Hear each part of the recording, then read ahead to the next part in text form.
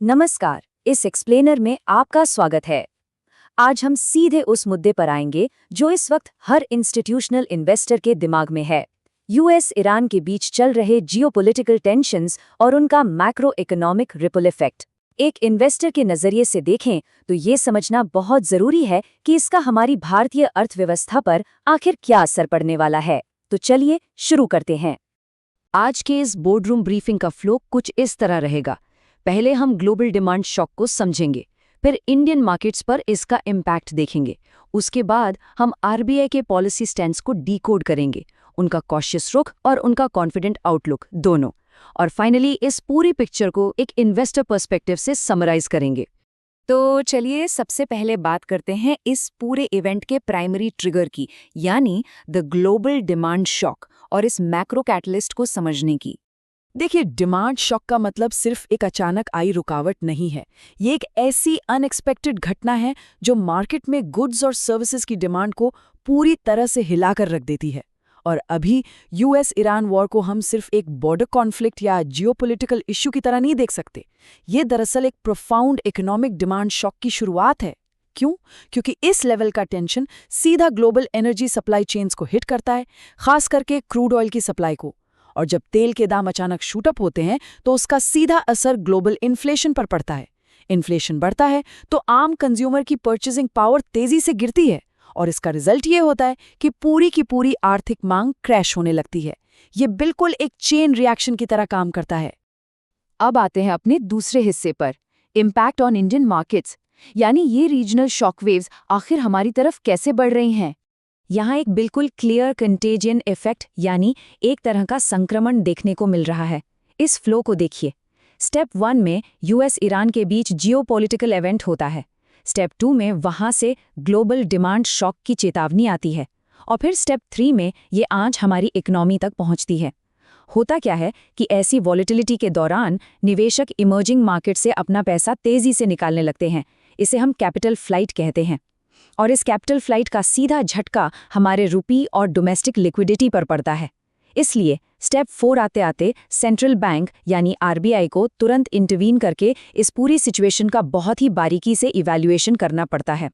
ये इस बात का सबूत है कि ग्लोबल वॉलेटिलिटी कितनी तेजी से हमारी डोमेस्टिक इकोनॉमिक एंग्जाइटी में बदल सकती है। तीसरा हिस्सा, अब समझते हैं आरबीआई की पॉलिसी और उनका कॉशियस स्टांस, एक तरह से उनकी defensive posturing. Times of India की इस रीसेंट रिपोर्ट की हेडलाइन इस स्थिति को पूरी तरह क्लियर कर देती है। एज इंस्टीट्यूशनल इन्वेस्टर्स हमें ये समझना होगा कि आरबीआई की जो ये सतर्कता है, जो कॉशन है, वो हवा में नहीं है। वो इन सिवियर मैक्रो एनवायरनमेंट हेडविंड्स को ओपनली और ऑफिशियली एक्नॉलेज कर रहे हैं। क्रूड ऑयल के दाम बढ़ने से देश का इंपोर्ट बिल बढ़ रहा है, जिसकी वजह से रुपये पर लगातार प्रेशर बना हुआ है। ऐसे में आरबीआई का एक डिफेंसिव स्टैंस लेना, जैसे इंटरेस्ट रेट्स को होल्ड पर रखना और फॉरेक्स रिजर्व्स को क्लोजली मॉनिटर करना, ये उनकी एक स्ट्रैटेजी है ताकि करेंसी मार्केट में किसी भी बड़ी गिरावट को रोका जा सके। लेकिन इसके ठीक साथ ही चौथा पॉइंट सामने आता है, आरबीआई पॉलिसी, कॉन्फिडेंट आउटलुक और उनका संस्थागत लचीलापन यानी इंस्टीट्यूशनल रेजिलिएंट। अब यहाँ कहानी में एक बहुत दिलचस्प ट्विस्ट है। एक तरफ डिमांड शॉक की इतनी बड़ी वार्निंग्स हैं, वॉलेटिलिटी अपनी पीक पर है, लेकिन ठीक दूसरी तरफ आरबीआई हमारी इकोनॉमी की बुनियाद को लेकर एक सॉलिड कॉन्फिडेंट आउटलुक शो कर रहा है। आखिर इस अंडरलाइंग कॉन्फिडेंस का बेस क्या है? एक्चुअली इसका राज छिपा है भारत के स्ट्रॉन्ग फॉरेक्स रिजर्व्स और हमारी अपनी रोबस्ट डोमेस्टिक डिमांड में। ये दोनों फैक्टर्स मिलकर एक जायंट शॉक अब्जॉर्बर का काम करते हैं।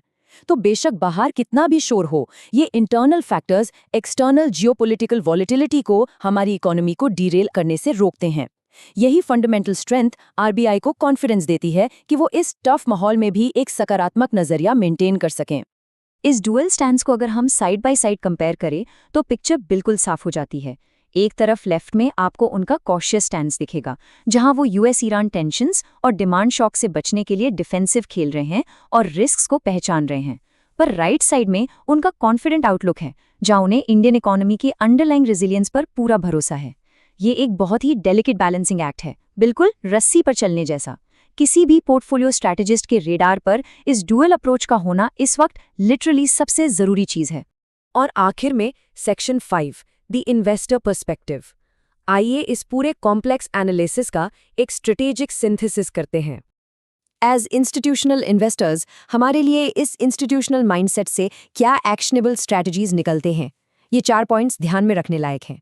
पहला, यूएस ईरान वॉर को एक प्राइमरी मैक्रो कैटलिस्ट मानकर लगातार मॉनिटर करना होगा। दूसरा, हमारे लोकल मार्केट्स पर इस डिमांड शॉक का एग्जैक्टली कितना इम्पैक्ट हो रहा है, इसका असेसमेंट जरूरी है। तीसरा और सबसे इम्पॉर्टेंट, हमें आरबीआई की कॉशियस वार्निंग्स को उनके आत्मविश्वास के साथ बैलेंस करके देखना होगा। और चौथा, आगे चलकर हमें इस dual stance monetary policy environment के हिसाब से ही अपने पोर्टफोलियोज को फ्लेक्सिबल रखना होगा। तो इस एक्सप्लेनर को रैप अप करते हुए मार्केट के सामने एक सबसे बड़ा फॉरवर्ड लुकिंग सवाल खड़ा होता है। अगर यूएस ईरान जियोपॉलिटिकल प्रेशर्स लंबे समय तक अनसुलझे रहते हैं, तो आरबीआई कब तक इस इकोनॉमिक कॉशन और इंस्टीट्यूशनल कॉन्फिडेंस के बीच ये फाइन बैलेंस सक्सेसफुली मेंटेन कर पाएगा? ये एक ऐसा सवाल है जिसका जवाब आने वाले वक्त में आपके और हमारे इन्वेस्टमेंट्स की आगे की दिशा तय करेगा। इस एक्सप्लेनर में हमारे साथ जुड़ने के लिए बहुत बहुत शुक्रिया।